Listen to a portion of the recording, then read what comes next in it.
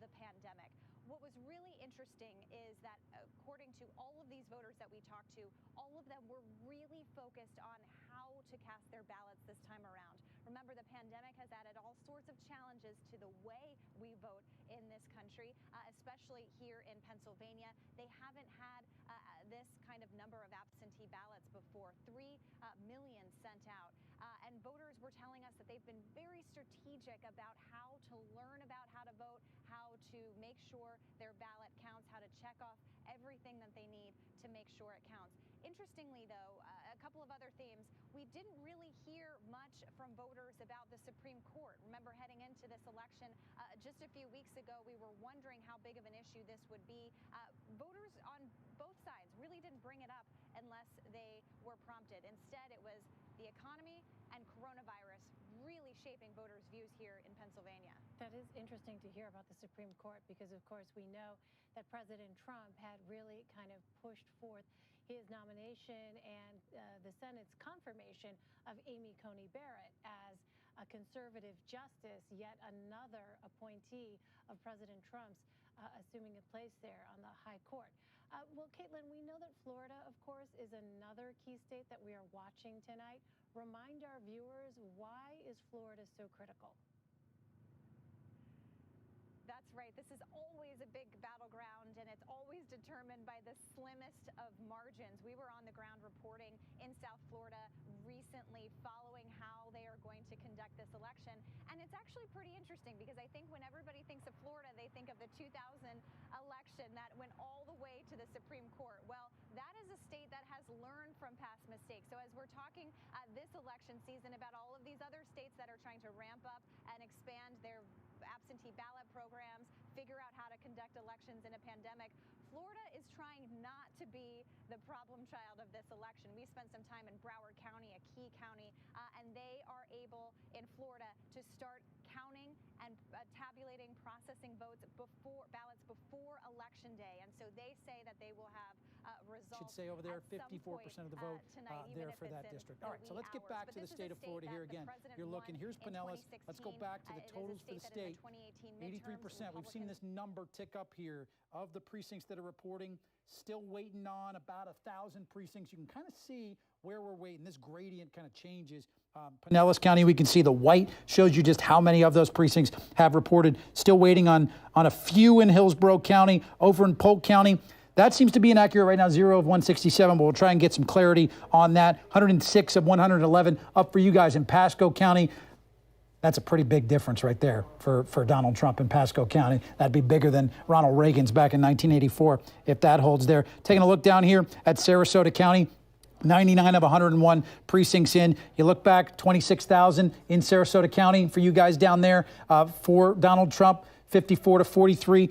Right now, you're looking at in 2020, almost the exact same kind. Donald Trump, when you look at what he's done in the state of Florida, Carolina, what he needed to do was continue to hold those margins. He had to have those leads. Those margins were huge in the I-4 corridor. They were massive down here in the southwest part of the state. Collier County, 51,000 in 2020. Look, 44,000 4 years ago. He's building on that margin. It's incredible. Sarasota County, as we just talked about. Manatee County. We didn't expect these two to go blue, okay? They haven't gone blue since 1944. But these are two Republican strongholds that we were wondering, given the seniors, given what's happened this year in 2020, would they sway away from Donald Trump? Doesn't look like that's going to be the case here, Carolina. Really interesting when you look at Florida. When you break it down. When you break it down county by county, how interesting things are shaking out right now. Yeah, and we've talked about the South Florida area, right? Miami-Dade, Broward, as well as Palm Beach counties, and the turnout that we've seen there, and the X factor in all of this, which is the Cuban vote, Cuban-American vote, that have turned out, from what we can see, for Donald Trump to help sway. Yes, it's blue, but the margins aren't what some may have expected, and that really could help Donald Trump move forward and take the 29 electoral votes that we have here in the state of Florida. We are going to go ahead and get ready to talk to our TV audience real quick, but we're going to be with you on social media throughout the night. We're going to go ahead and give them an update on what we have here throughout our state. We'll see you in a couple seconds. Hang tight.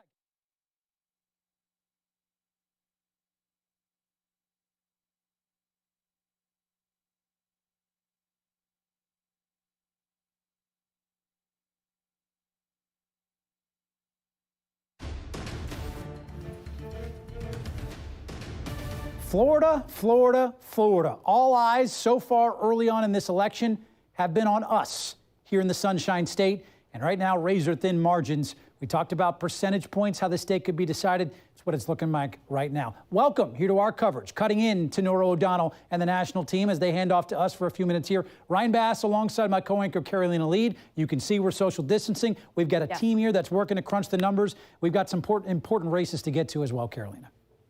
All right, yeah, the turnout really important here in this election, truly incredible. When we look here, we're going to go over to Courtney Robinson, who's going to update us on the state and what numbers we're seeing throughout. I think what's really incredible in all of this is turnout. I mean, we have consistently been breaking records up to this. In Florida, there are more than 14.4 million registered voters. The State Division of Elections says turnout this election, I mean, this is so far, as you can see, we still have 13% of precincts that we're still waiting to hear from. But turnout so far this election, almost 10.8 million, and that's about 75%. That's incredible. It is. And I think we have a graphic. I don't know if we can get it up for you. There it is. Okay, so there you go. Take a look at this right here. 10.6, 10.76. Yeah. There we go. Million voters turning out at this point, and we still have 70, and we have that's about 75% of voter turnout. I know we're populating some things right here, but listen, when we talk about what ballots could be out there, because that is one thing. Okay, how many ballots could be out there? Obviously, we are missing those who voted in person on Election Day. They're part of the precincts that we are waiting to come online.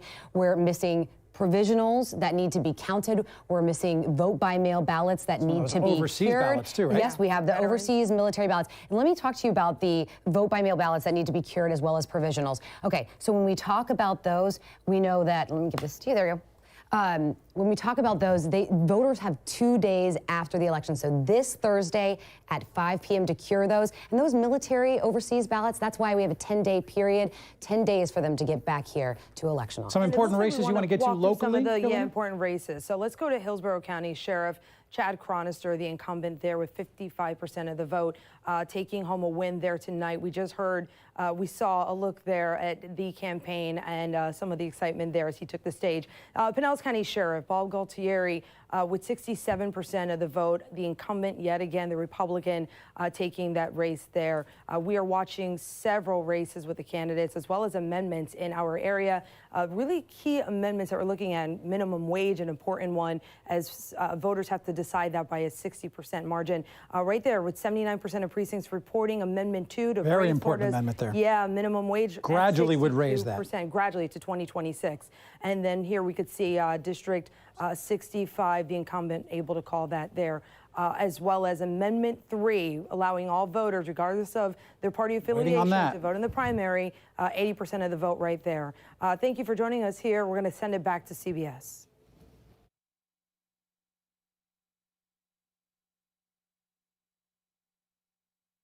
All right, so we are back with you from our talking with our TV audience. We're going to continue here on our social media pages as we talk to you here on YouTube, on Twitter. What else, Ryan? Roku.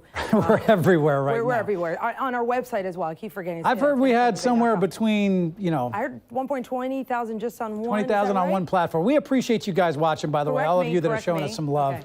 Ryan Bass and Carolina here with you. 45,000. Okay. All right. Well, good. Well, we're glad you're with us. We appreciate it. And we appreciate your comments as they come in. Yes, we love them. Guys, thank you so much for sticking with us. Ryan Bass, Carolina Lead here with you. We will be here with you. We'll take you up until about 10 o'clock. Then we'll hand it off to Courtney and Allison as we get ready for the 11 o'clock show.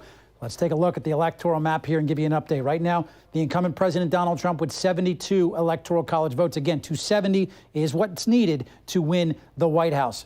Joe Biden, 85 electoral votes right now. So far, it's chalk. This is how we expected it to go. We're still waiting to officially call Florida. We're still waiting to see what happens in North Carolina. They got a late start.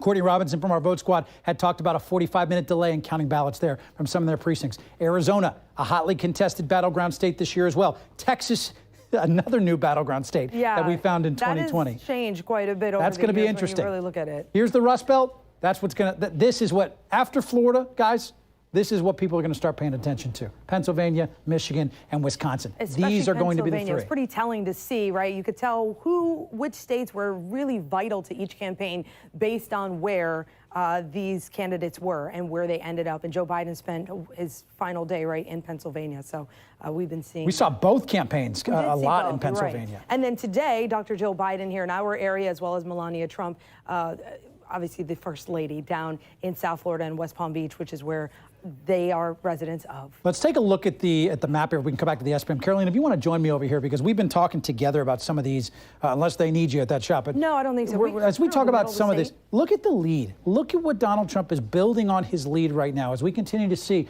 only 11% of precincts missing here. Donald Trump, this is a pretty healthy lead right now with 11%. Now, things could obviously change, but we're seeing what we thought would go blue, go blue. We thought the Duval County would flip, and it looks like that's what the case is going to be with just one precinct missing there. We thought the Pinellas County would flip. I still can't believe how razor thin and close Pinellas County was. The bellwether county in the state of Florida. Seminole County over here near Orlando. Long-time Republican county, hasn't been blue since 1948. It looks like with 100% of the precincts reporting, that's going to go blue. The difference, though, Carolina, for those that are just tuning in, we've talked about it. The margins down here in South Florida, This is not what Joe Biden was hoping for. Not at all. And the other place that is a bit of a surprise, I would say Sumter County, right? The Villages, an area, considering that we've had this talk about coronavirus, the population 65 and older, and to see how they were going to vote and the turnout that you would see there, their turnout is in general very strong. They came into today, okay, without even today's vote, they came in today with 80% of their vote already in. 80% coming into today here in Sumter County. Let's go back to the importance of, they know. I mean, and 4 years ago in 2016, as we look at their numbers, they voted 80% by mail. I mean, they led the state as far as mail-in ballots. A lot has changed here in 2020, but what hasn't changed is the margins. 39 percentage points is what Trump won in Sumter County in 2016. Look at that, 68 to 32. Now, I will say, this is a little bit smaller of a margin. What Joe Biden was hoping to see here in Sumter County was 65 to 66 for the president. If it got any lower than that, Joe Biden would have to feel good. He's gotten a little bit of the vote there. 30,000, 2016, 33,000, the margins. There are a lot of people turning out to vote. So Joe Biden hoping to close the gap. Looks like it hasn't happened in Sumter County. But you look at the state of Florida right now, 346,000 votes is what separates. A lot of things going the way that we thought it would, Caroline. It's just, Florida, razor thin, always. Every single time we see it, gubernatorial races and the presidential race. We'll see if these numbers shape up here. Again, 10% of precincts. And Ryan, there's one thing you can count on when it comes to the state of Florida, and that's going to be razor thin, as you mentioned there. I'm going to get over to Lars Hafner, our political analyst, who's going to kind of walk us through what we're seeing here tonight, the lead that we're seeing here from the president. Well, what's happened once again here in Florida is that the Dade County vote didn't turn out as large as the Democrats had hoped for. There's still a chance that with the Panhandle counties now reporting that there's still some votes that can be picked up out of Broward and Dade to make up for the lead that the Panhandle gave Trump. But it's getting pretty far out now to make that happen. All right, Lars. Yeah, the other thing we're looking at, we've been talking about, is Central Florida, Sumter County, and the votes that we've seen there. The turnout, incredible yet again. Does that speak volumes about the coronavirus and our seniors are 65 and older in our state and their trust or their, moving forward with Donald Trump as their leader? Well, again, as was just previously stated, the Biden camp really had hoped to keep those numbers lower for Trump in the villages and thought that the virus was going to sway some of the seniors to stay with them. But again, it looks like the economic issues and the idea that these retirees kind of go in a group in the villages have helped Trump take a lead in Florida. All right, Lars, thank you so much. I'm going to head over to Ryan if he grabbing the tablet. Ready? Okay, I'm just grabbing making sure. We have quite a few states to report right now. Yeah, we could take a look at the electoral map. One by one, yeah. I want to thank our AP Lauren Bodel over here, who's been doing the tough job of trying to steal this thing from us when we're using it all night, as she updates the electoral map live as we're with you here right now. Yeah, it's a little bit of a dance with social distancing. All right, so let's take a look at what we're doing.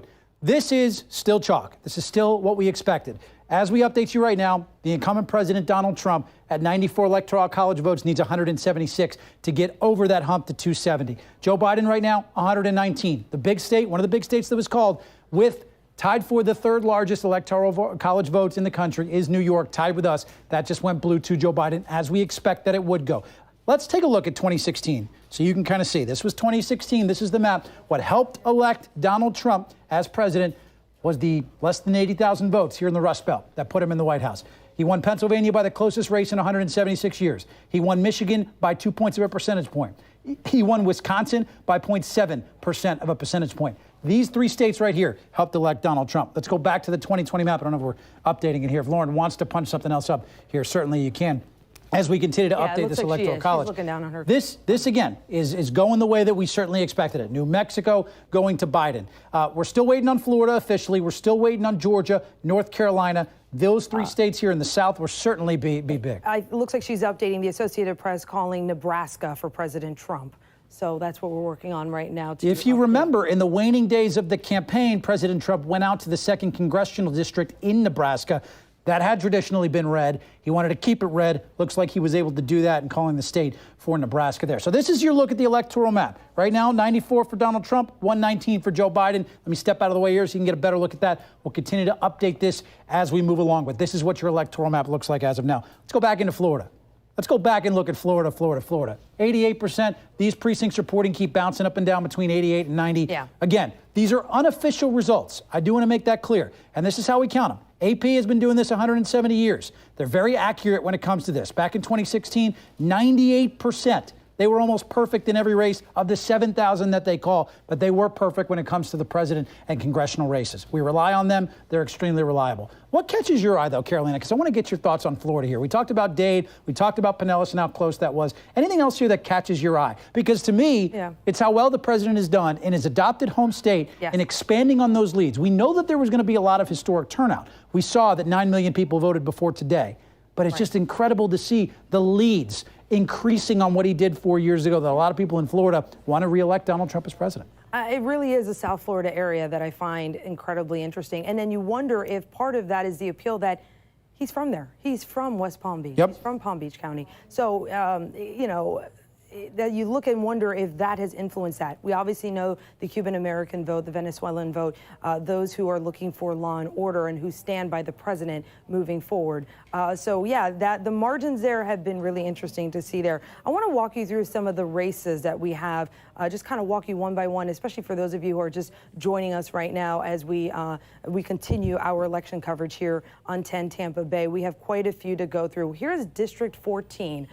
Kathy Castor, the incumbent there, 60% of the vote, winning that, the Democrat over Christine Quinn. They've gone toe-to-toe before, but yet again, Kathy Castor able to go ahead and take U.S. House District 14, leading by about 73,000 votes. Here's another one. We just heard from both of these candidates.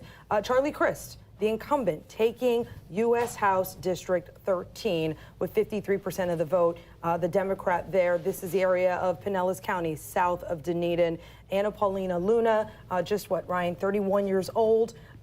You know, the Air Force veteran. Air Force veteran. Her husband also serving in the military. She really did push for Veterans Affairs and veterans issues, as so did Charlie Crist, and he was able to pull that race as well. Really interesting to say. I mean, Chris was the favorite coming in, but look how close that is. Yeah. Look how close that race is, Carolina, for U.S. House District 13. You're talking about somebody in Charlie Crist who has been a mainstay here. All right, let's listen to what he had to say a little earlier. Well, you know, it's an amazing night. First and foremost, I want to thank the voters of Pinellas County. I'm humbled and very grateful to have won again. It means a lot to me, and it means a lot to Pinellas County, apparently. All right, I want to go ahead and head over to District 16, Vern Buchanan in that race, taking that race, 56% of the vote. That's Manatee County, Sarasota, and Southern Hillsborough County. That area, they're taking a lead and winning over Margaret Good. Unofficial results, as Ryan has mentioned several times. But yeah, he is now going to continue in that role with District 16. Let's go through some of the amendments that we're keeping an eye on tonight. we've got Amendment 1. And it looks like we can accurately call now, according to the Associated Press, that Amendment 1 has passed. Now, what this was basically a word change. Currently reads as every citizen in the U.S. should be qualified to vote. This amendment proposes substituting every with only a citizen is allowed to vote. That's Amendment 1. No functional financial impact, but we can say that is passed. We can call that race to 79% there with Amendment 1. Let's take a look at Amendment 2 here. 62%, 84% precincts reporting. We're still waiting on this one. Again, over 60% is what is needed here to raise Florida's minimum wage. Yeah. We talked about the positives of this, right? Until 2026, raising the minimum wage to $15 an hour. The flip side of this, Carolina, is certainly a conversation here as well. It is, and it has to do with businesses and the burden on businesses that raising the minimum wage could, in fact, have. We've seen opponents to Amendment 2 raise these questions, raise the concerns that what exactly does that mean for businesses, which then trickles down to the employees as well as those who frequent those businesses, who go there and shop. Will that raise prices for those businesses as well when it comes to labor costs and consumer goods and the cost of those goods? As far as Amendment 3 is concerned, this would be a biggie. This would open up our primaries to all voters. Open up our primary to all voters. Again, 57% right now to 43%, 84% of precincts reporting. This needs 60%. This has been controversial. There were some that tried to get this off of the ballot. There were some lawsuits potentially to get this off the ballot. It has stayed, and right now, doesn't have enough to pass. We'll see what happens. But again, this would take your one single primary for governor, state cabinet, and legislator. It would open it up, regardless if you're Republican, Democrat, or no party affiliation. You would be able to take part in these races. And the only difference here would be it could have an impact of how diverse our races are and our legislative districts are from times to come. All right, let's welcome in our political consultant, Scott Light, who has been with us. Let's take a look at the national popular vote here. 70% of the precincts reporting 51 to 48. Remember, Democrats have won the 7 of the last 8 elections, the popular vote. Remember what happened back in 2016 with Donald Trump winning the electoral map. 56% right now to 44. Joe Biden, 119 to 92 is what you're looking at right now as far as the Electoral College. This is according to the Associated Press, Biden with that 27 vote lead. But we're still waiting on some of these critical states to fall. Florida could be the first of them. I want to welcome in Scott Light, who's joining us from Columbus, Ohio. Scott, you've seen what's happened in Florida tonight. You and I have had a lot of conversations off the air about what could happen tonight. Are you surprised, especially down there in South Florida? I'm not, because polling in recent history, the last 4 years and then again in 2018, polling undercounted Republicans in the state of Florida. And in 2018, I put an asterisk beside that year when it comes to Florida and the rest of the nation, because Florida bucked the blue wave when House Democrats picked up 40 seats in the House. So if you look at recent history, Ryan, I always said, or at least I said in the last month or so, as we got closer here to Election Day, that wherever the polls were in Florida, give Donald Trump 2 to 3 points. And I think that's how it's playing out. The next thing I'm watching is these things tend to kind of go in a geographic pattern. It's going to be interesting to watch how the Georgia and North Carolina numbers come in as well as those Sun Belt states start to report more of their results as we get later on into the night. It's going to be really interesting, Scott, to see what happens in Georgia that hasn't been Democratic since '92. We know North Carolina, certainly in 08, flipped to Obama, but went back to Republican in 12 and 16. Let's stay on the Florida trend here, because you said something interesting as far as polling is concerned. I had a chance to talk to a pollster last week who had talked about accounting for education, which was something that was kind of left out in those polls back in 2016. Do you get a sense that this was just potentially a correction for Florida, or could we see this potentially on a national perspective, that polling could be off? I think it could be off. And I think the next geographic area, you got Florida, and then the next area to watch is where I'm located here in Ohio, in Pennsylvania, Michigan, and Wisconsin. Because again, you've got a lot of working class voters, no college degree, and they absolutely went Trump in 2016. And now we know, Ryan, you and I have talked about this a whole lot. Those folks, again, were undercounted in polling in 2016 and in 2018 in states like Florida. So I'm not ready to say it's a trend, but it is going to be interesting to watch here as the night goes on. And again, I was kind of perplexed because I know you and I were looking at some of the same data. Some pollsters were still saying that they weren't correcting from 2016 and from 18 to, again, try to reach more rural voters. Some pollsters said that they were doing that correction in their formulas here in 2020. So I have to wait and see, but I think polling, I think the reputation and the credibility for polling firms out there, I think it's on the line this time around.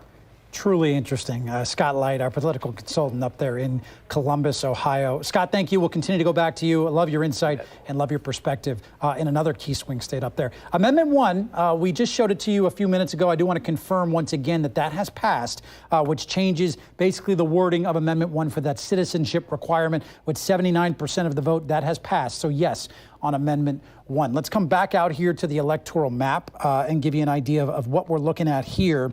So AP is reporting 92. I want to get that right, Lauren, as far as the Electoral College is concerned for President Trump, 92, which could have a difference here for the state of Nebraska. So let me take take one of these districts over here and make them white because that could be the difference here. Remember, Nebraska and Maine, two of those states that split their electoral college votes among the state. So we'll try and get that corrected for you so we have the accurate number for President Donald Trump here. Should have 92 electoral college votes, not the 94 you see on your screen. But let's repeat. Here's where we stand right now. Still waiting on Florida, too close to call at this point. Waiting on North Carolina and Georgia, two critical swing states. Texas, we've seen that kind of moving a little bit towards the purple range. Still waiting on that to come out. The electoral college votes as it stands right now, 92 for incumbent President Donald Trump.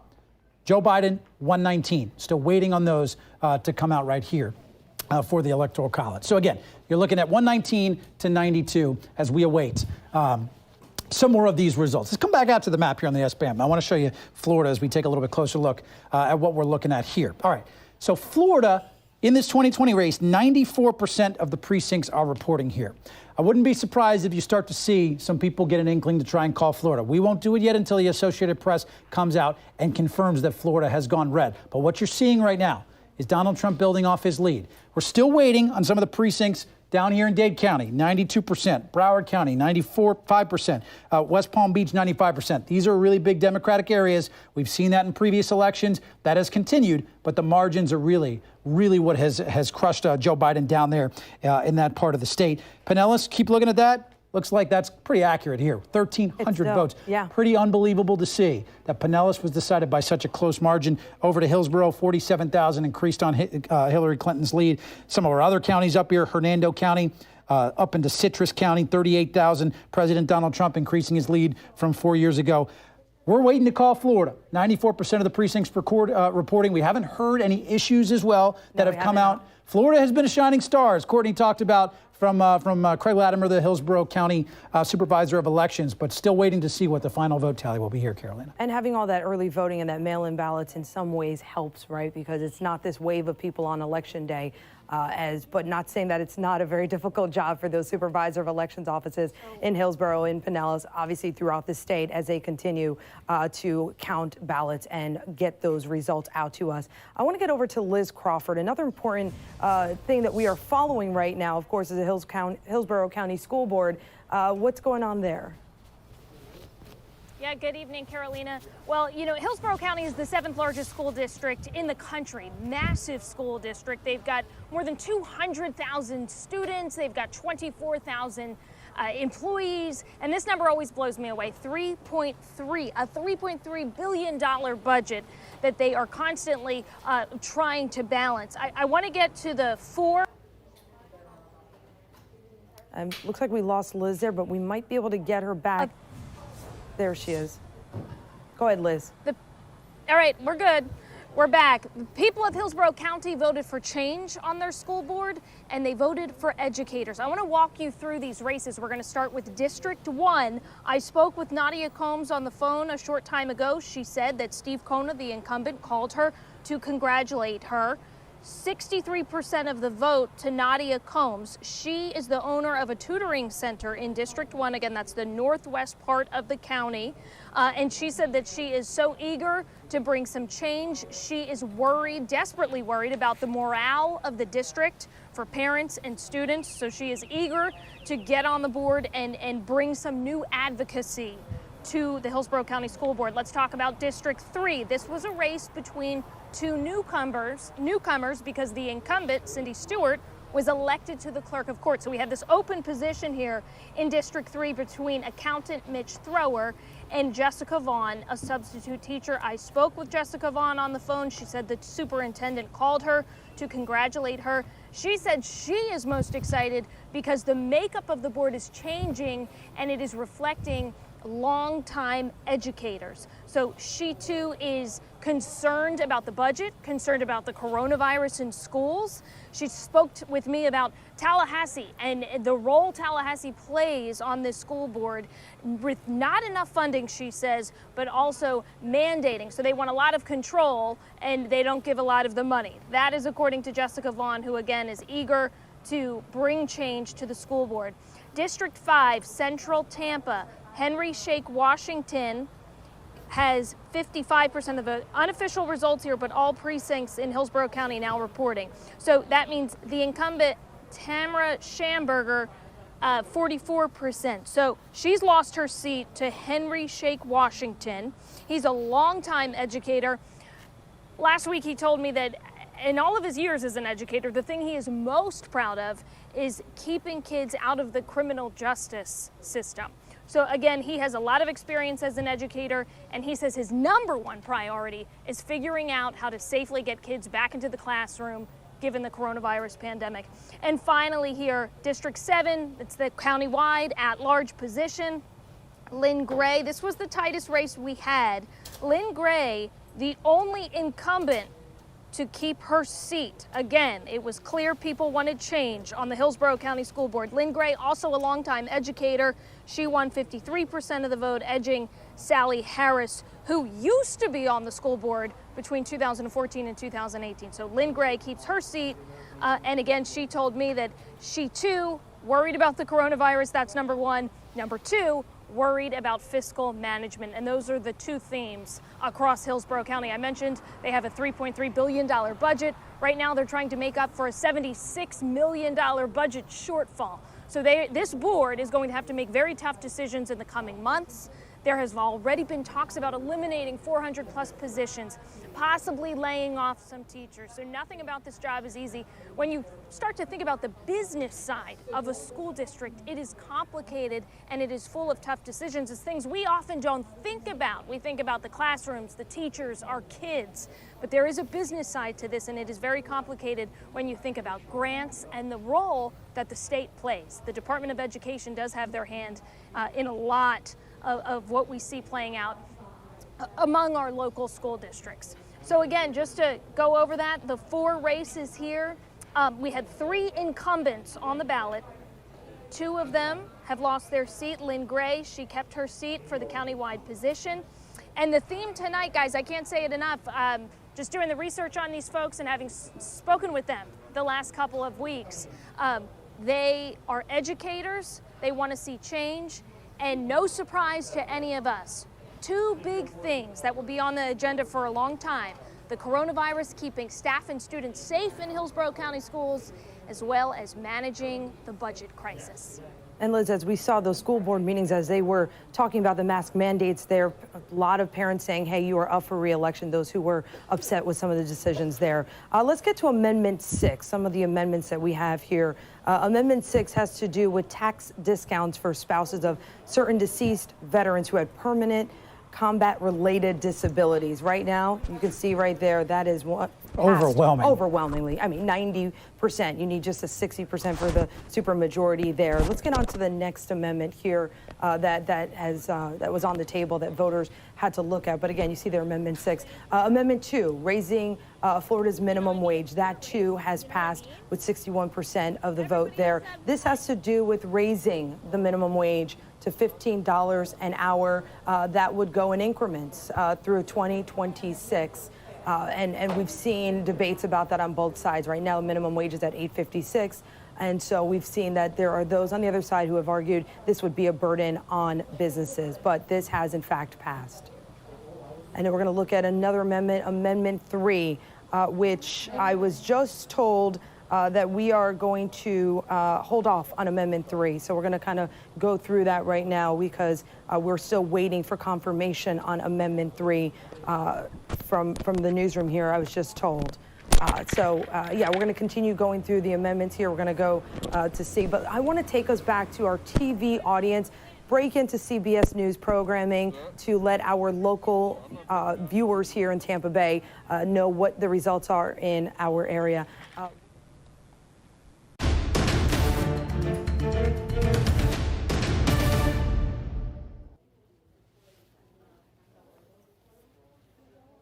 All right, and the amendment 4, we're back here on 10 Tampa Bay. I want to say hello. We've been going back and forth between our social media audience as well as our TV audience, making sure that we're providing you the information that you need. That's Carolina Lead. Election Day. And I'm Ryan Bass. It's so good to see you. Good to see you. I hope you guys have been enjoying the coverage up in New York from Norah O'Donnell and the gang. Florida right now, too close to call. We've seen that. There's a lot of races locally that we've been watching. Let's run through a couple of them quickly. Let's start U.S. House District 13, Charlie Crist over Anna Paulina Luna. That was certainly one we were watching here. As far as the sheriff's race in Hillsborough County and Pinellas, you can call both as well. Yeah, both have been called. Sheriff Paul Galtieri taking that race, as well as Chad Chronister in Hillsborough County winning that race as well. Both the incumbents for the sheriff's departments, both in Pinellas County as well as in Hillsborough County. If you want to catch up on any of these results, by the way, if you head to 10tampabay.com, you can easily scroll through to find any of the results that you are interested in from across our area, whether it's the House District, the sheriff races, the local school districts, which you just went over to. We've seen some upsets that we got from Liz Crawford, some of the incumbents who have been moved out of their seats, the voters being pretty clear there as they voted in Hillsborough County. Incredibly large school district. So here's some of the races that we can look at. You're looking at Scott Franklin here from U.S. House District 15. We can call with 96% of the precincts reporting that Scott Franklin has won there in U.S. House District 15. In U.S. House District 12, Gus Bilirakis, the incumbent, winning re-election there over Kimberly Walker, with 97% of the precincts reporting. We can accurately call that race, Carolina, that Gus Bilirakis has won his seat back in U.S. House District 12. All right, and we're going to look at District 11. Daniel Webster, the incumbent there, we can call that race as well, with 67% of the vote. The Republican taking District 11 pretty decisively there for District 11 of the House.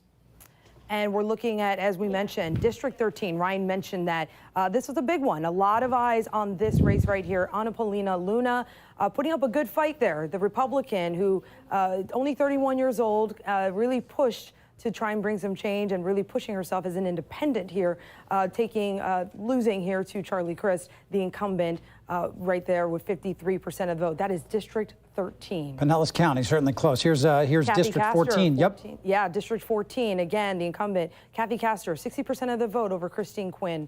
They've done this before. Yes, they have. Let's come back out here to the Florida map, as I want to give you an idea. 93% of precincts reporting right now. Pretty healthy lead for the president, the incumbent Donald Trump, 51-48. Our state was decided by 112,000 votes 4 years ago. Right now, Donald Trump up pretty big here in the state. Look at Pinellas County, some of our local counties here. Pinellas, 1,300. You mentioned U.S. District, House 13, 1,300 votes.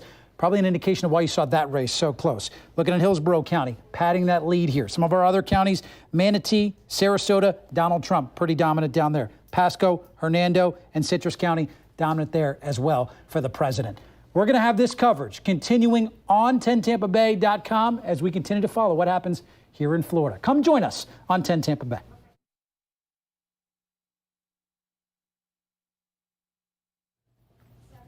And we're going to continue our coverage right now on our social media pages, on Facebook, on Twitter, on Roku, and so forth. But we're going to reset a little bit. We have so many changes that have come into our newsroom.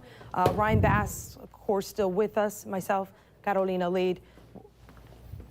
Are talking with our producer right now, giving us some updates on what we're seeing here. So, guys, thanks for being fluid with us, right? You're seeing a wide shot. You get to see how the bread is made, like how we put all this together. Yeah, you're putting it in the oven here. So thank you for joining us. Ryan Bass, Carolina Lead here with you. As things continue to move throughout the night, still waiting on some important states, especially Florida. The amendments, though, have been trickling in really over the last 15, 20 minutes, Carolina. Yeah. I know we've been calling these. Let's go over some of these, again, these constitutional amendments down ballot. Again, when you were going down your ballot, That last couple of things you filled out the bubble there in the second sheet of paper, it was these amendments. And made sure that you turned the page and you didn't miss anything because it says at the bottom there's more. You filled in the bubble for sure. Yeah, okay. All right, so here you go. Amendment 1, 90% passes. This changes the wording. 6. Amendment 6 we're looking at here. Excuse me. We're kind of working backwards because that's the newest, right? Okay. Yep. This is for the spouses of certain deceased veterans. 61%. Looking at what are we seeing? Amendment 2 here. This is Florida's minimum wage. Yep. We can now report, according to the Associated Press, that has passed with 61% of the vote. Amendment 2 has passed with 6.3 million votes. Still waiting on Amendment 3. Still waiting on it. This is one that has been close all night. That has been really, really interesting. This would, of course, open up our primary to regardless of your party affiliation. I want to bring in Eric Glasser now, who's been doing some excellent reporting on these amendments that you guys have been voting on here. Eric, so far, we're still waiting on Amendment 3, very close, and that could fundamentally change how we vote and who we vote for in the state of Florida. Yeah. Exactly. Amendment 3 is one of those that would open up the primaries to all voters, Ryan. And so you would have in the primary elections there, instead of just Democrats and Republicans having their opportunity to have their say, those 30% of those no party affiliation voters would also be able to chime in during the primaries. The idea there is that it would probably draw more moderate to the center type candidates. The bad part of that, as we've talked about, is that people have said that it would probably work against minority candidates and the number of them making it onto the ballot. So let's talk about, if you want to, some of these that have made it. It appears that they have passed. Look at Amendment 1. Right here was something that when we talked to our experts about it, they said this was a nothing burger, that this would basically change the language in the Constitution of Florida when it comes to the eligibility for people to vote in Florida from every U.S. citizen to only a U.S. citizen and a resident of Florida. And they said that effectively would do nothing. But obviously, it was something that resonated with people here in the state of Florida and overwhelmingly has passed. Amendment 2, if we can move on to that one, is the minimum wage in Florida. And we have made the call on that one, that by the skin of its teeth, just over that 60% threshold, that yes, the people of Florida have voted to raise the minimum wage to $15 an hour incrementally over the next few years. So how that will work is that next year, under this amendment, the minimum wage in Florida would go up to $10 an hour. And then every subsequent year, for the next 5 years after that, it would increase another dollar until in the year 2026, it reaches $15 an hour. A lot of people thought that that might not make it this year, even though it is a popular idea and amendment just because of COVID-19, the effects of that on the economy, and how difficult it might be on several smaller businesses specifically out there to insist that they pay a particular wage. But obviously, as you see, again, just by the skin of its teeth, just over that 60% threshold, you've got Amendment 2 passing. We'll skip past Amendment 3. We already talked about that. Amendment 4 as well is still out there. Amendments 5 and 6. These were not citizen initiatives. These were legislative initiatives, but they were very, very popular. They had to do with tax exemptions on property, and both of those appear to be coasting to victory as well, guys. Back to you.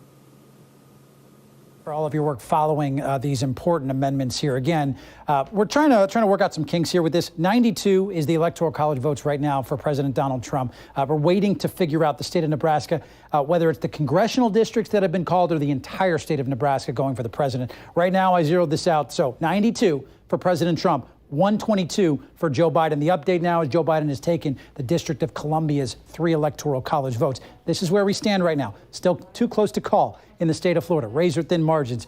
North Carolina, Georgia, Texas, Arizona, the important swing states. Of course, looking at the Rust Belt here, which elected Donald Trump 4 years ago. What happens in Pennsylvania, Ohio, Michigan, Wisconsin, and Minnesota? Still waiting to see that. Let's look at the state of Florida. Carolina, if you want to come around here to join me here for a second, as we're kind of having some issues here with this map here. Give me 1 second, guys. Let me flip over if we can. Let me flip over if we can to the state of Florida here as we're having this tablet Let me know. that's I can frozen. Anything, yeah. Get it. All right, so back to the map here. Right. We're good, guys? We're good. Back to the map here as we needed to reconnect on this tablet. So back to the map here in Florida. You're taking a look, and right now with 95% of the precincts reporting 379,000 vote lead for the president here in Florida, this thing's getting close in the favor of Donald Trump. Joe Biden it's going to be hard for him to make up some of the margins down here. Can you do me a favor? Can you go check Miami-Dade County for me and see what we got, Carolina? Let's get it right there. All right, Miami-Dade County, we got 94% of the precincts still waiting. Hit that percentage up there for me. Let me see how many precincts we're waiting on. So 818 of 866 we're still waiting on for the precincts there, 94%. Let's head to Broward County if you can for me, Carolina. There you go. Like that you're in the driver's seat here. 100%. I'll move you up north. I trust you as a better driver than me anyway. 100% of the precincts reporting Joe Biden. If you can go back to 2016 for me. 2016? Yeah, let's go back. And take a look. There we go. 281, 292. The margins down here in South Florida is what could potentially put Donald Trump over the top. Let's go back to 2016 for me. Back to our totals if you can here, Carolina. Again, Florida. This is 2016. Let's go back to 2020. You want to go back to 2020? Yeah, back to 2020. 95% of the precincts reporting, 48 to 51. Here, the President Donald Trump right now leading in our critical swing state of Florida. In just about a minute, but let's wrap this up. We'll keep going on this for a minute. This is certainly what we're looking at here from a state perspective. All right, let's see. I got the driver's seat back. Look at that. All right. Okay. So we got the tablet working now. Take a look at the red. Here's the red. Donald Trump. We're looking like a red state. Once again, for the second consecutive year, if this holds this lead for Donald Trump. You take a look at Joe Biden, some critical areas where Joe Biden was able to win. At least it looks like in these unofficial results. Duval County, Pinellas County, Seminole County, we talked about earlier being a long-time Republican mainstay. That looks like it's flipped with 99% precincts reporting. Duval County looks like it is flipped to a blue county for the first time since 1948. 1972 was the last time they voted for a Democrat, and that was Jimmy Carter. So longtime red county looks like that has flipped in favor of Joe Biden here. Again, we're waiting for some of these results to be officially finalized here in the state of Florida. But man, is it interesting to see the races here, Carolina, our state, critical. Playing it out on an electoral college perspective, Donald Trump needs us. He needs our 29 electoral college votes to continue his path to re-election. Joe Biden can get by without us. Counting on these states up here and the polling to be correct. We heard Scott Light talk about it earlier. The polling he believes was off in the state of Florida, still not accounting for that percentage change for Republicans. Interesting here, though, Carolina. Again, before I toss it over, you're looking at the state of Florida. Looks like this could be Donald Trump's to lose. 95% reporting. Okay, I want to get over to Natalie Brand with CBS News, our correspondent there. Natalie, you heard us, I'm sure, in your ear as we were talking there about the state of Florida and how critical that is, the 29 electoral votes that may go to President Trump based on what we're seeing. What about from a national level? What are some of the surprises, some of the things that you're seeing there? Well, I think right now, if you look at the states that CBS News was characterizing as toss-ups ahead of election tonight, they are still toss-ups on the map tonight. That has been the common trend at this hour. Of course, it is still early in the night. And of course, the vote counting process is so different this year because of the coronavirus pandemic. But this is a tight race. And we are hearing from Trump campaign officials who tell CBS News that they are cautiously optimistic. They're especially optimistic about Florida, as you've been talking about, a critical state. It's always a critical state during election time. And I'm sure you've also been talking about the margins in some of the key areas, including Miami-Dade, where right now our elections unit is showing that Biden is running behind Clinton in 2016, according to the comparison of the numbers there. So they are feeling confident about the surge in turnout, the Trump campaign feeling confident about the surge in turnout from their supporters that they saw turn out to the polls in person in some of these key battleground states today, including Florida, including Texas, but also important to note, that's been characterized as a toss-up at this hour. So, of course, we're being very cautious and analyzing the numbers with so many ballots still to be counted, but this is a tight race. I also want to mention that we've learned recently that President Trump is expected to speak tonight from the White House, even if it's not to declare victory, but we're hearing that he wants to project strength and talk about their showing tonight. All right, Natalie, thank you so much for that perspective. I really appreciate it. Ryan, we're going to go back to you so we can go through the numbers that we're seeing here from the national map. Yeah, let's pop up the SBAM, guys, if we can. And just to be fully transparent with all of us watching here on Facebook, YouTube, Twitter, His tablet's acting up a little bit. I feel like it's getting caught up in the races here. It's acting a little fuzzy. So bear with me if we have a little trouble driving the electoral map here. So this is what we're looking at as it stands right now. 92 electoral college votes for President Donald Trump. 122 for Vice President and challenger Joe Biden. As it stands right now, Florida, we're still waiting on. We're still waiting on North Carolina. We're still waiting on Georgia.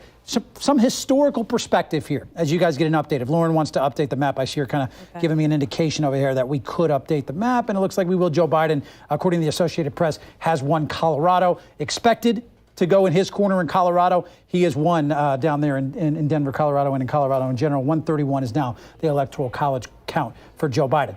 As it stands right now, some historical perspective. No Republican has won the White House without Florida in 96 years. Donald Trump needs to win that. No Republican has ever won the White House without Arizona. Donald Trump wants to win that back. Biden was leading in polls. We'll see how those numbers come out. No Republican has ever won the White House without Ohio. Donald Trump polling well there. Essentially a toss-up according to CBS's Battleground Tracker, but that is a state that has long time been Republican. So we'll see what happens with those three states. Pennsylvania, obviously, we're still waiting on those ballots, which could be called, some of those in 9 counties in Pennsylvania tomorrow from the mail-in ballots. Michigan, Wisconsin, Minnesota. But Georgia, man, is Georgia going to be interesting here, Carolina. That's a state, 1992, last time it went blue.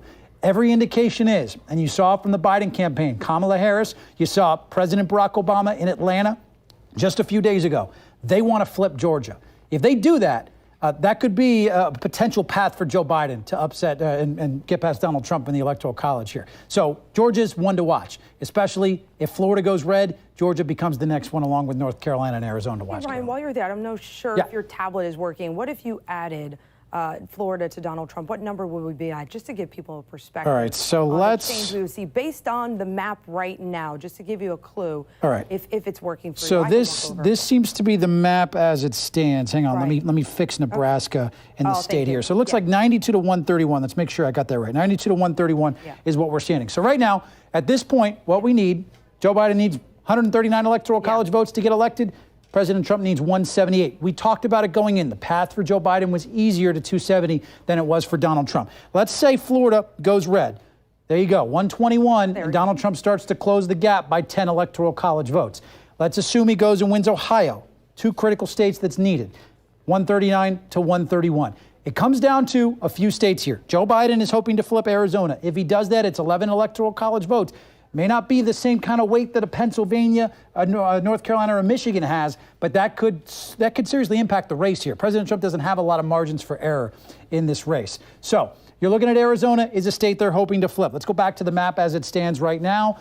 I know Joe Biden and his camp, Carolina, were hoping to take Florida and make this an early night as far as this race is concerned, but there's still a lot of states up for grabs in the electoral college. Ryan, why don't we get some perspective on the Biden campaign right now? We'll go back to CBS News' Michael George, who is with the Biden campaign, to give us an idea of what the mood is like there, what it is that he's hearing from them, if anything.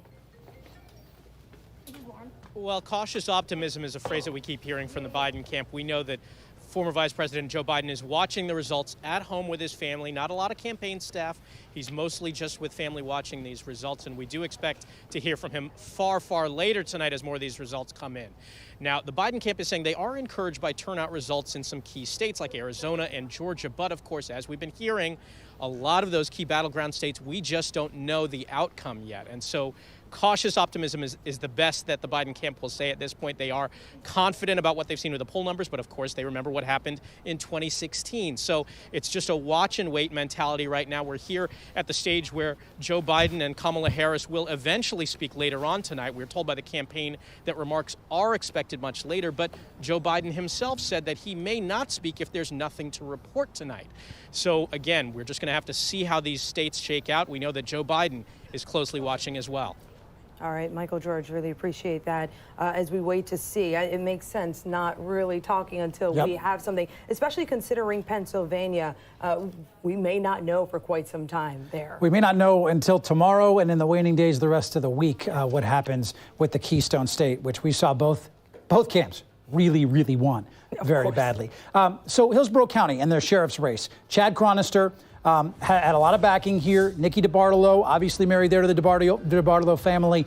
Very popular sheriff there in Hillsborough County. Bo Zimmer joins us now. He's been covering this race for us across the Bay. Bo, certainly Chad Chronister, I know he spoke a little bit ago, has to be happy that he's keeping his seat and improving off what he considers to be a very good record there in Hillsborough.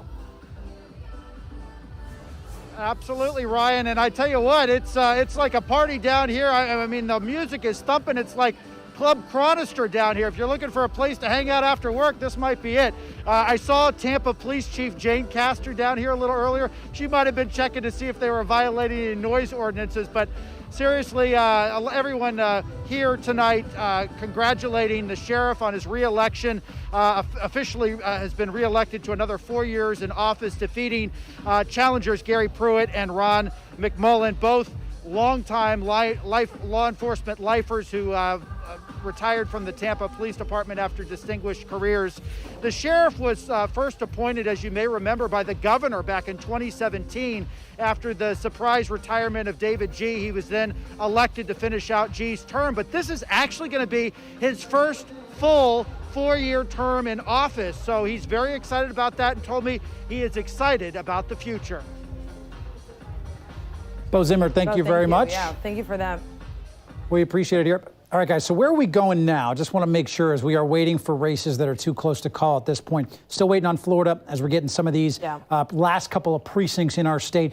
Again, a pretty healthy lead for the president here as he hopes to win Florida, a state that he needs in his path to re-election. We're waiting on Georgia and North Carolina, a couple of swing states that are very interesting in this race for president. And North Carolina is interesting with respect to the triangle there, right? The Raleigh, Durham, Charlotte. When you look at the voters there and to see how it is that they're going to vote, some of those highly educated white voters to see. But then the rural areas, you see those areas that we saw in the last election where the voter turnout was key. I mean, people, yeah, they may be rural, it might be more widespread, but people turned out, and they turned out for President Donald Trump. We're still waiting on North Carolina. We don't have any indication just yet as to how that state will go. And as you mentioned, Georgia also key. You look at Atlanta, you look at the suburbs of Atlanta, how it has sprawled out, how it has grown, a lot like Arizona and Phoenix, that area, a lot with right? the sprawl. Yep, with the Maricopa County over there. Yeah, yep. So then you look at the African-American vote when you look outside of Atlanta. Yeah, of course, within Atlanta, but outside of Atlanta to see, it looks like that's what the Biden campaign was hoping for. But again, Georgia, be interesting to see if that stays red or if it is, in fact, turned. Carolina, let's you and I go over to the electoral map on Touch, guys, if you can pull that up. All right, I'm going to stay here at Hubell as we were talking about some of these states. As we had, again, talking about Brendan. Georgia and North Carolina. We've got Brendan Beery here joining us. Brendan, one of our legal experts here that's joining us. And constantly helping us with these. Constantly helping us and has been helping us. Brendan, thanks for standing by with us. We appreciate your expertise. I want to start here. Let's have the legal conversation for a second because there's been a lot of conversations around what could happen post-election. Obviously, we have to see what happens, Brendan, with these results here on election night. But what could we be seeing and gearing up for in the days to come after we find out what happens with some key states tonight? Yeah, you know, I would have thought coming into tonight that if the result tonight was decisive, it would have been very unlikely really to see any meaningful litigation because it would have been a kind of a moot point. But what we're seeing so far is an election that looks quite close. You know, it looks like we sort of start out with mirages, right? Whether it's blue or red, where it looks like one side is winning, but as votes come in, things start to tighten up. That being the case, you could see certainly challenges in states like Pennsylvania, where Republicans have signaled that they will challenge votes that come in after Election Day, even though the Pennsylvania Supreme Court has ruled that up to 3 days after Election Day, so after today, that those votes can be counted. To be frank, those types of lawsuits are not likely to succeed. Republicans sort of got burned in Texas by a federal judge who, by the way, was appointed by George W. Bush, so not a liberal. But they sought to disqualify 127,000 votes that had been cast at Harris County drop-off boxes. Yep. Right. Harris County. And the judge was having none of it. So here are two problems with these lawsuits. Number one is that to sue in a case like this, you have to have what courts call standing, which means that some kind of injury has happened to you. You can't just go into court and say, well, I'm an interested party or somebody hurt my feelings, but it has to be a concrete and palpable injury. And courts are having a very hard time finding where you can argue that counting somebody else's vote injures you. The second problem is that most of these cases involve challenges under the Equal Protection Clause. And under the Equal Protection Clause, the fundamental principle is one person, one vote. Every vote counts. So it's kind of counterintuitive to argue that a state is violating equal protection principles by counting votes, right? The argument is typically you violate equal protection principles by not counting votes.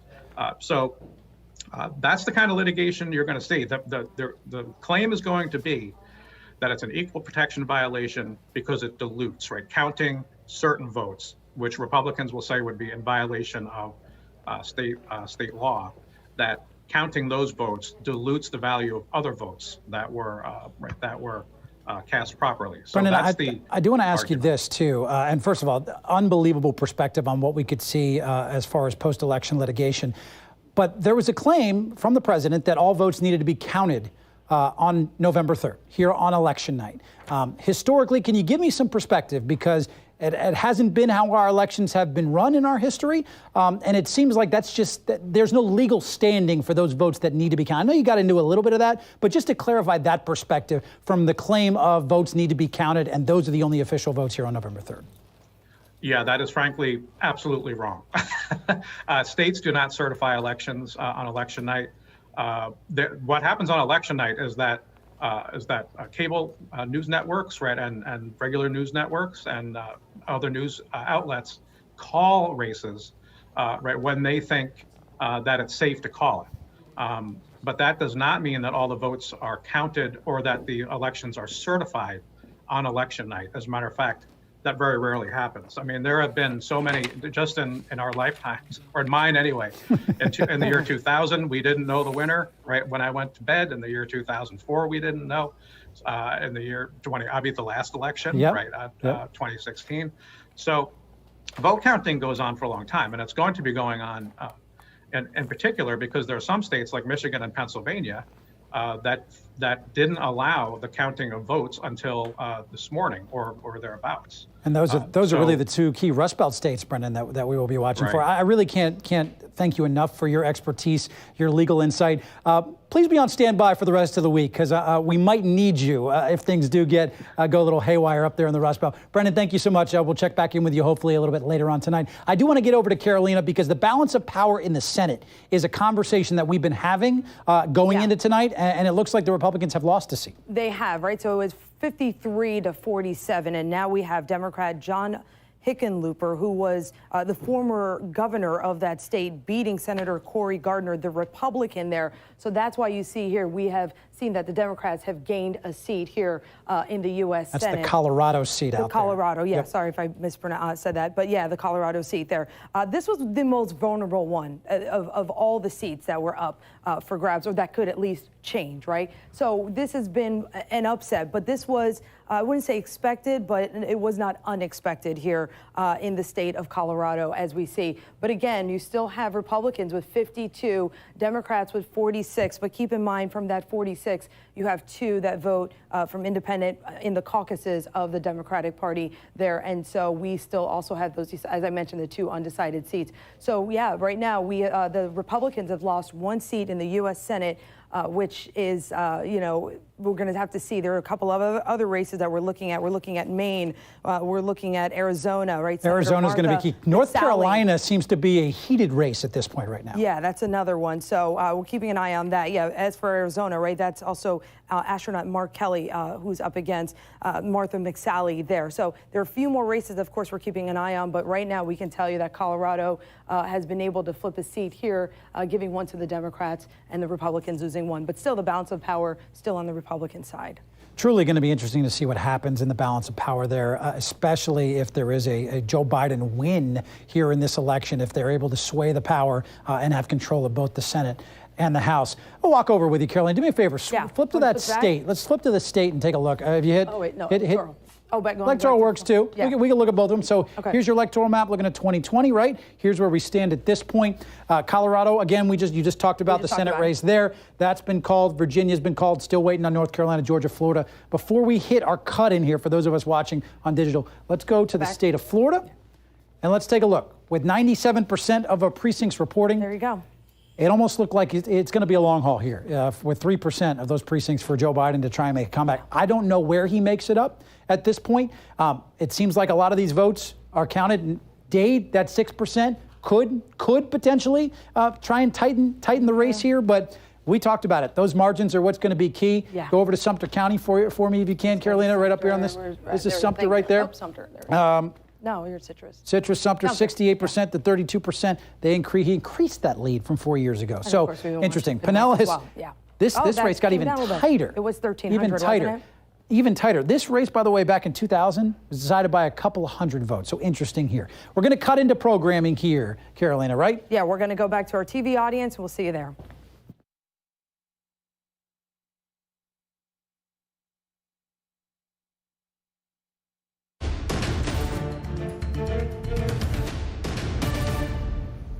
You having fun yet? Breathe easy, Tampa Bay. Thanks for joining us here on 10 Tampa Bay. Ryan Bass here with you with this America Decides update as we take over for Norah O'Donnell and the team up there in New York. Give you a little update of what's going on down here on the ground in our Tampa Bay area. We've got a lot of local elections that we're looking at. Of course, the state of Florida getting closer to potentially being called here for either Donald Trump or Joe Biden. And our sheriff's races as well. We got a lot to update people on too, Carolina. Hi there, I'm Carolina Lead. So we want to get to some of our amendments, 6 amendments that you were voting on in this election. I want to get you caught up on where they stand right now and some of the key ones that we had on the ballot. One of those is Amendment 2, which would raise the minimum wage. The AP says, yes, this one has passed. The amendment has incremental increases in the minimum wage starting next September and then increasing annually until the state reaches a $15 minimum wage by 2026 in that one. So next up, this is another one that the AP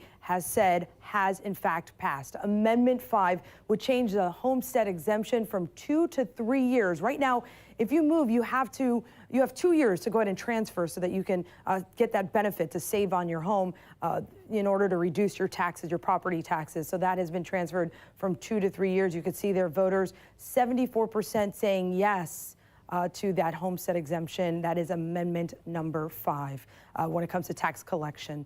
Amendment number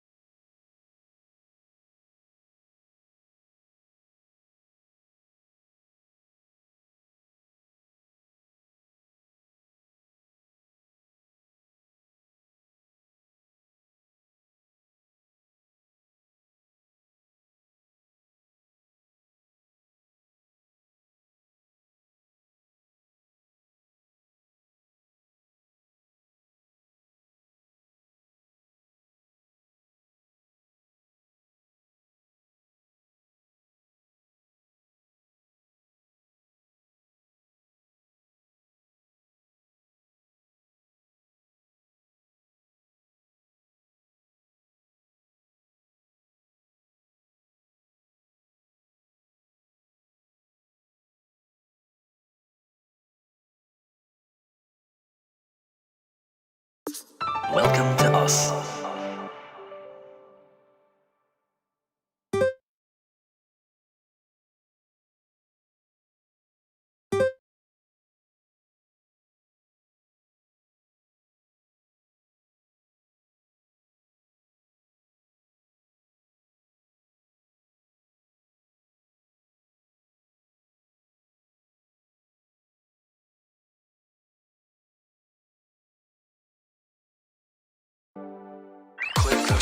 Circles. To the beat. Circles.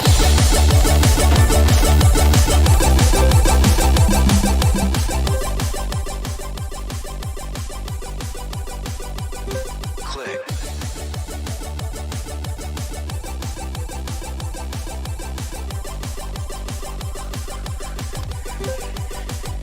Circles.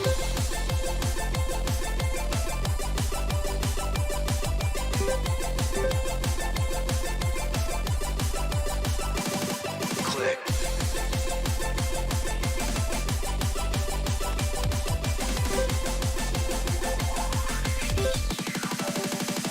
Circle.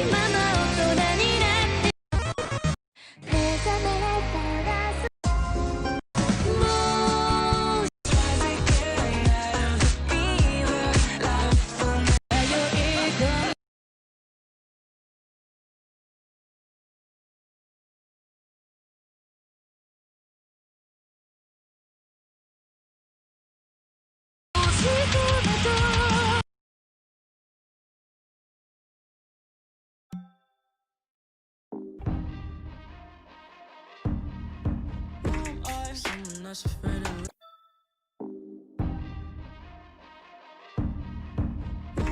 someone that's afraid to let go. Inside, if you ever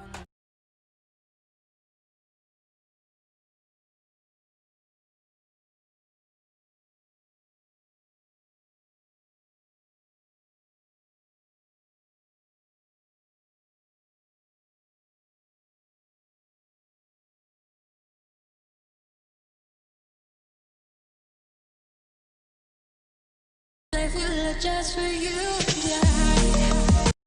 These people don't heal, these people don't feel, these people aren't real. So make me this deal, won't you give me